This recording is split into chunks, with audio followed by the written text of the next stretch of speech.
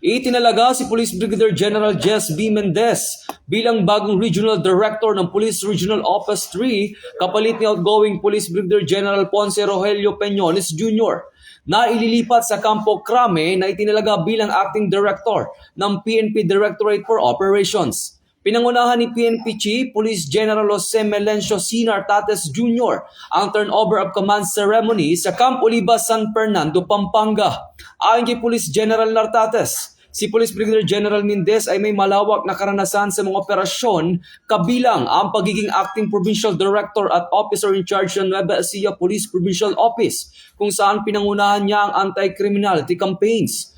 Bago maging Regional Director ng Pro3, nagsilbi si Police Brigadier General Mendez bilang Senior Executive Assistant to the Chief PNP at pinangunahan ang Intelligence Operations sa Metro Manila bilang Chief ng Regional Intelligence Division. Sa kanyang assumption message, binigyan din ni Police Brigadier General Mendez ang kanyang pamumuno na nakabatay sa integridad, transparency at pananagutan.